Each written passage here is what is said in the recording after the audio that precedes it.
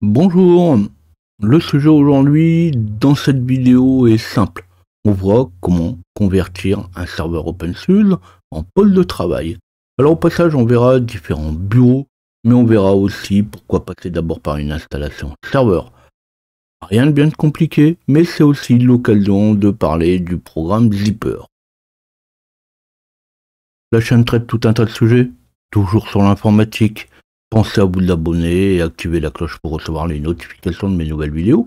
Pour me retrouver, vous pouvez aussi taper LJP Info dans votre navigateur web. Si le sujet est simple, il y a encore pas mal de choses à dire, non pas sur les commandes, mais sur toutes les raisons d'installer une interface graphique en post-installation. La première raison est simplement que beaucoup de bureaux sont proposés et on peut vouloir installer plusieurs bureaux. Alors je rentre pas sur les raisons non plus qu'on peut vouloir installer plusieurs bureaux. Ça peut être tout simplement parce que les bureaux sont plutôt propices à une utilisation. Puis on peut vouloir un peu plus maîtriser les installations. On a besoin d'un type de serveur, puis d'y mettre une interface. On peut penser par exemple à des serveurs LTSP. Donc c'est un exemple, LTSP c'est l'équivalent du TXE pour Windows. Alors ça serait plutôt mon cas, j'installe la machine au minimum, je la configure, puis je lui passe un bureau. Chacun ses motivations. Sur les machines dérivées de Red Hat, on trouve des groupes d'installation. Comme ça on installe une interface graphique, un serveur web, un serveur de virtualisation, et pas besoin d'aller chercher tous les packages qui sont nécessaires à côté. Ici sur OpenSUSE, c'est le programme Zypper qui s'en charge, et on va voir que la notion de groupe de programmes existe également sur OpenSUSE, mais se présente un petit peu différemment.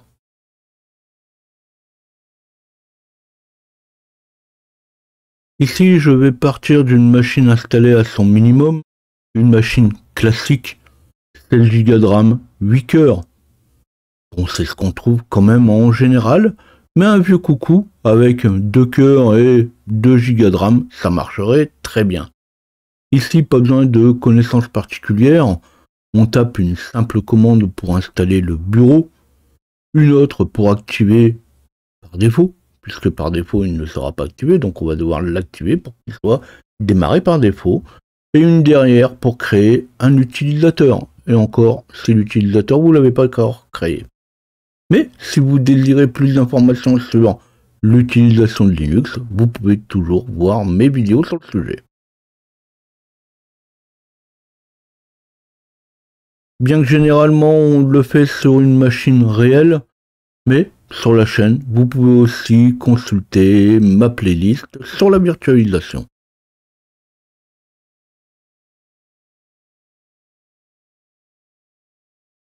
La première question à se poser, c'est quel bureau installer? Je vous laisse regarder ça, il en existe des dizaines. Alors, ce n'est pas comme sur Windows. Je vous donne la liste des plus courants sur OpenSUSE. Pas de grand mystère. J'ai pris la liste qu'on trouve sur le site de support d'OpenSUSE. Donc on va avoir du KDE, du GNOME, LXDE, XFCE, Mate, LXQT, Enlightenment, Lishcraft, OpenSUSE. Il y en a d'autres, et les différents bureaux aussi proposent encore leurs différentes versions. Pour dire, il y a quand même le choix. Les trois premiers, généralement suffisent. KDE est un bureau assez proche de ce qu'on trouve sur Windows. GNOME, eh bien, c'est un peu l'équivalent aussi de celui qu'on trouve sur Mac. Après, dire que c'est l'équivalent, je dirais bien que Mac a pris GNOME pour l'adapter à son système. Et LXDE ressemble à une vieille version de Windows, mais en très léger. Donc KDE avec Plasma, donc souvent on parle de Plasma, étant de très très loin le plus lourd. Pour les débutants, KDE c'est bien, on va pas s'y perdre beaucoup, même si je suis pas très porté sur le clinquant, ça pète quand même bien. Alors ça pète bien à partir du moment où on l'a configuré comme il faut. Vous allez voir ici à la fin, on va tomber juste sur la version de base, c'est pas terrible, mais j'en parlerai dans une prochaine vidéo. Mais de toute façon, vous prenez celui de votre choix.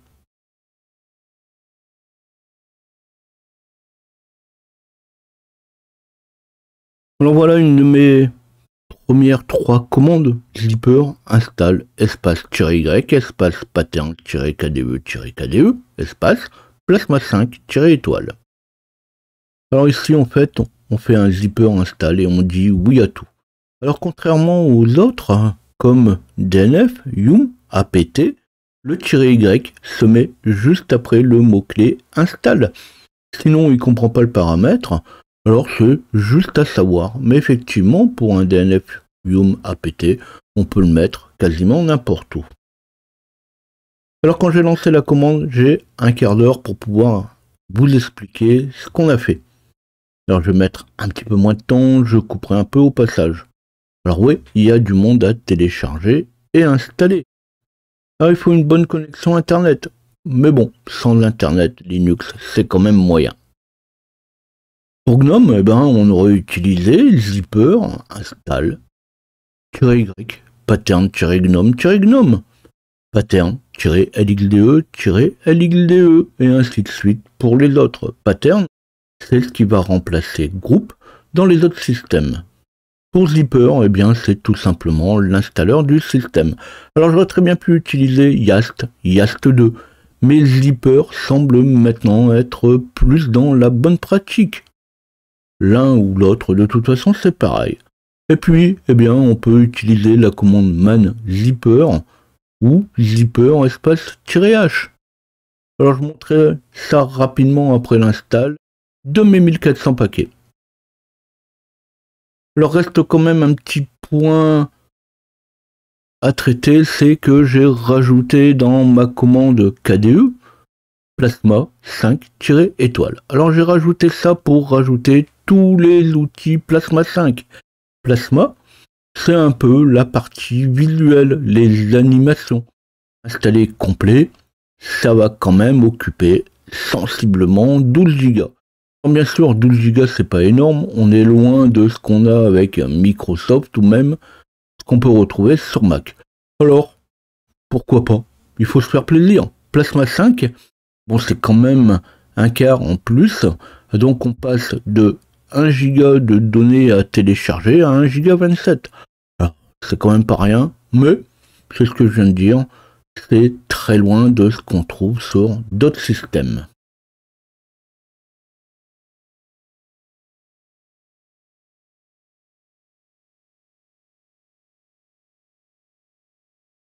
Alors depuis le début, je parle de bureau, mais c'est pour rester dans le simple. Mais en fait, on devrait plutôt parler d'interface graphique. Là, on a installé tout le système, on a installé à la fois le bureau, ça c'est une chose, mais on a aussi installé le système qui permet d'utiliser la partie graphique de l'interface. Alors là, ça, j'ai déjà tout expliqué, les différents principes des bureaux sur Linux. Je vous laisse voir ça. Ici, je montre ça plutôt côté OpenSUSE, sinon il y aurait beaucoup trop d'infos à donner. Et quand ça va être terminé d'installer, on va devoir activer l'interface graphique. Là, je donne une solution simple, même si sur le site d'OpenSUSE, il donne un moyen que je trouve un petit peu plus compliqué, avec de la suppression de fichiers, création d'un lien. Bien sûr, ça marche, mais moi j'ai trouvé plus simple, tout simplement, comme on le fait sur les autres systèmes, avec un système CTL, espace 7-default, espace graphical.target. On va lui dire d'utiliser par défaut la cible graphique. On lui dit d'utiliser l'interface graphique par défaut, comme ça elle sera activée à chaque démarrage. Bien sûr, si vous voulez démarrer en mode tout simplement ligne de commande et puis ensuite activer l'interface graphique, c'est libre à vous. Alors on va pas démarrer le système tout de suite ou lancer l'interface graphique, on va d'abord commencer par créer un utilisateur.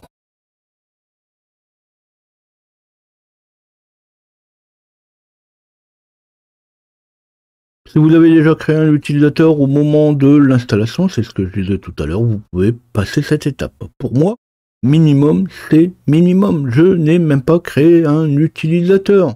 Sans l'utilisateur, ça va être compliqué. Alors sur certains systèmes, on peut quand même se connecter sur l'interface graphique en route. Alors j'ai même pas essayé si ça marche ou pas. Je veux pas le savoir. Ça ne se fait pas de se connecter en route sur l'interface graphique. Donc je vais créer mon utilisateur avec une commande user add espace et le nom de mon utilisateur user add espace utilisateur. Alors on n'a même pas les 50 questions habituelles. Le compte est directement créé. Donc je vais quand même lui mettre un mot de passe avec une commande palwd espace utilisateur. Palwd, c'est la commande qui va forcer la demande, le changement de mot de passe, et on lui donne le nom, l'utilisateur, palwd espace utilisateur. Quand vous êtes connecté en tant qu'utilisateur, pour changer le mot de passe, on tape juste palwd. Et terminé, on a fini notre installation, on a fini notre configuration, il ne restera plus qu'à rebooter derrière.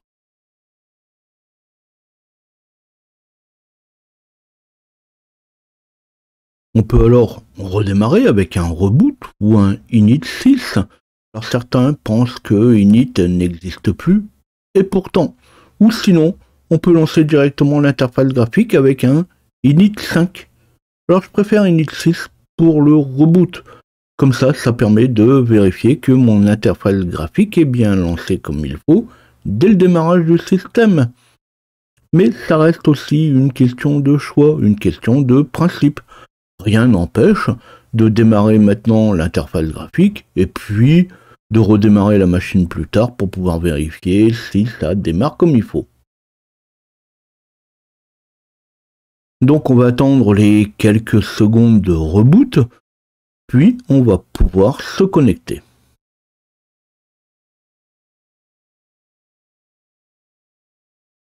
Par défaut, on va vous proposer le bon bureau, ici en bas à gauche. Alors même pour juste Plasma, il existe plusieurs variantes. Wayland. Alors Wayland, ça semble le mieux. Alors par contre, suivant la carte graphique que vous allez avoir, des fois, ça marche pas toujours comme on veut, mais après on peut ajuster en fonction de la version, en fonction de votre système, tester si l'une ou l'autre version fonctionne mieux. Après, si vous installez plusieurs bureaux pour différents types d'activités, vous devrez choisir le bon. Ensuite, login, password, vous n'avez plus besoin de moi pour le reste. Je vous laisse tester et faire les modifications de votre choix. Alors je montre juste quelques petites choses avec la fin des explications.